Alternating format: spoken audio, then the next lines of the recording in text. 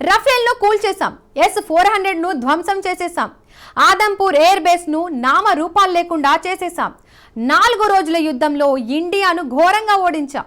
నిన్నటి వరకు పాకిస్తాన్ లీడర్ల నుండి వచ్చిన ప్రకటనలు ఇవే. ఈ ప్రగల్భాలే అంతర్జాతీయంగా పాక్ ఇజ్జత్ తీసేశాయి. కట్ చేస్తే మే 10వ తేదీ అర్ధరాత్రి 2:30 గంటలకు ఏం జరిగిందో చెప్పే ప్రయత్నంలో ఓటమి అంగీకరించాడు షరీఫ్. భారత్ దాడితో వణికిన వాస్తవాన్ని ఎట్టకేలకు బయట పెట్టేశాడు. ఈ ప్రాసెస్లోనే పాకిస్తాన్ శాంతి కాముక దేశం అంటూ మరోసారి అడ్డంగా బుక్ అయిపోయాడు. ఇంతకు ఇండియాతో యుద్ధం గురించి షెహబాజ్ షరీఫ్ అంగీకరించిన నిజమేంటి? మే 10వ తేదీ అర్ధరాత్రి 2:30 గంటలకు పాక్ ప్రధానికి కాల్ చేసిన ఆసిమ్ మునీర్ ఏం చెప్పాడు? ఈ మొత్తం ఎపిసోడ్తో భారత్ చేతిలో ఓటమిని అంగీకరించేనట్టేనా? Let's watch. ఎట్టకేలకు వాస్తవాలను అంగీకరించిన పాక్ ప్రధాని షరీఫ్. భారత్ తమపై దాడి చేసిందని ఒప్పుకున్న పాకిస్తాన్ పీఎం. ఇండియా చేతిలో ఓటమిని పాకిస్తాన్ అంగీకరించినట్టేనా? 6 जेट फाइटर्स इंडिया के गिराए गए, एक यूएवी गिराया गया, वो उनको ऑब्वियसली हजम नहीं हुआ. उसके बाद डिप्लोमेटिक, और ये मैं नहीं कह रहा, ये टेलीग्राफ क्या लिखता है, Pakistan air force is undisputed king of the skies. अल्हम्दुलिल्लाह, अल्लाह ताला का बहुत शुक्र किया, गुरूर नहीं किया, तकब्बर नहीं किया, बड़ी स्टेटमेंट्स थी. పాకిస్తాన్ ఫేక్ బతుకు గురించి చెప్పడానికి ఇంతకంటే నిదర్శనం అవసరం లేదు. బ్రిటన్ కి చెందిన ప్రముఖ పత్రిక ది డైలీ టెలిగ్రాఫ్ పేరుతో సోషల్ మీడియాలో ఓ ఫోటో వైరల్ అయింది. అందులో పాకిస్తాన్ వైమానిక దళాన్ని ఆకాశంలో అప్రతిహత రాజుగా ప్రకటించినట్టు చూపించింది. అయితే ఈ ఫోటో నకిలీదని, ఆర్టిఫిషియల్ ఇంటెలిజెన్స్ తో క్రియేట్ చేసిందని PIB ఫ్యాక్ట్ చెక్ స్పష్టం చేసింది. టెలిగ్రాఫీ లాంటి ఓ కథనాన్ని ప్రచురించలేదని తేల్చింది. ఇవేమీ తెలియని పాకిస్తాన్ విదేశాంగ మంత్రి ఇషాక్ దార్ ఏకంగా పార్లమెంటులోనే టెలిగ్రాఫ్ ఫోటో హైలైట్ చేశాడు. చివరికి పాక్ సొంత పత్రిక డాన్ కూడా ఈ విషయంలో ఇషాక్ను ఖండించింది. ఇషాక్ ఒక్కడే కాదు, ఆ దేశ రక్షణ మంత్రి, సమాచార మంత్రి, ఆఖరికి ప్రధానమంత్రిది కూడా ఇదే తీరు. భారత్తో యుద్ధంలో తామే గెలిచామని, భారత్ చేసిన దాడుల్ని తమ ఎయిర్ ఫోర్స్ తిప్పికొట్టిందని, తమను టచ్ చేసే దేశమే లేదని ప్రగల్భాలు పలికారు. ఆధారాలు అడిగితే మాత్రం నీళ్లు నమిలారు. Further action to come. Let's start with this very specific allegation of 5 fighter jets shot down. Where's the evidence for that, sir? It's all over the social media, on Indian social media, not on our social media.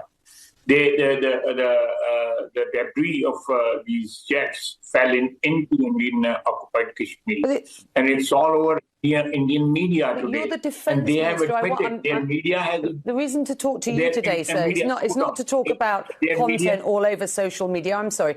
It's not to talk about content all over social media. I'm asking you very specifically. విన్నారుగా Pakistan great defence minister ఏమన్నాడు?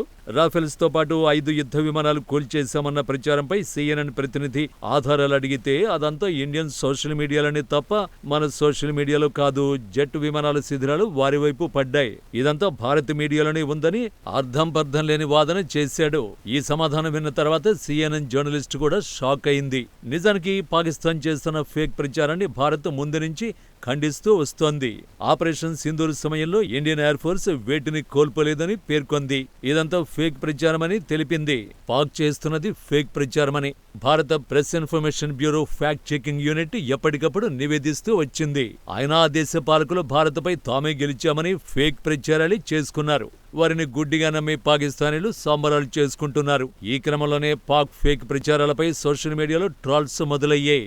వాటిని చూసి realise అయ్యాడో లేక ఎప్పటికైనా నిజం బయటపడాల్సిందే అని భావించాడో తెలీదు, కానీ ఎట్టకేలకు పాకిస్తాన్ ప్రధాని వాస్తవాలను అంగీకరించాడు. ఆ వీడియోని ఇప్పుడు ట్రెండింగ్ లో ఉంది. 9:10 की दरमियानी रात में तकरीबन 2:30 बजे सिपा सलार जनरल सईद आसिम मुनीर ने मुझे सिक्योर फोन पे मुझे बताया कि वज़ीर-ए-आज़म साहब, हिंदुस्तान ने अपने बैलिस्टिक मिसाइल अभी लॉन्च किए हैं, एक नूर खान एयरपोर्ट पे गिरा है और कुछ और दूसरे इलाकों में गिरे हैं. ఇది రియలైజేషన్. భారత్పై గెలిచేశామని విర్రవీగిన పాకిస్తానీలు షహబాజ్ షరీఫ్ చేసిన ప్రకటనతో షాక్ అయిపోయారు. భారత్ దాడులతో నష్టం జరగలేదన్న ప్రచారం అబద్ధమేనా అని నిట్టూరుస్తున్నారు. షరీఫ్ ప్రకటన విషయానికొస్తే 10 అర్ధరాత్రి 2:30 గంటల సమయంలో జనరల్ అసీం మునీర్ నాకు ఫోన్ చేసి భారత్ బ్యాలిస్టిక్ మిస్సైల్ ప్రయోగించిందని చెప్పారు. నూర్ఖాన్ ఎయిర్ బేస్ తో పాటు ఇతర ప్రాంతాలు దాడికి గురయ్యాయని అన్నారు. అప్పుడే నాకు అర్థమైంది ఆపరేషన్ సింధూర్ ఏ స్థాయికి చేరిందని. అప్పుడు మన ఎయిర్ ఫోర్స్ కూడా భారత్ దాడులకు దీటుగానే బదిలిచ్చిందని చెప్పుకొచ్చారు. ఈ మొత్తం ఎపిసోడ్ లో నూర్ఖాన్ ఎయిర్ బేస్ తో పాటు ఇతర ప్రాంతాలు దాడికి గురయ్యాయని చెప్పడం ద్వారా భారత క్షిపణులు వాటి లక్ష్యాన్ని ఛేదించాయని అంగీకరించాడు. ఈ ప్రకటనతో యుద్ధంలో ఎవరిది పై చేయి అన్న ప్రశ్నకు ఫుల్ క్లారిటీ వచ్చేసింది. నిజానికి ఈ విషయంలో భారత పౌరులకు ఏ అనుమానం లేదు. లేనిదల్లా పాకిస్తానీలకే వారి ప్రధాని భారత దాడులు లక్ష్యాన్ని ఛేదించాయని కన్ఫర్మ్ చేయడంతో ఇప్పుడు వారికి క్లారిటీ వచ్చింది.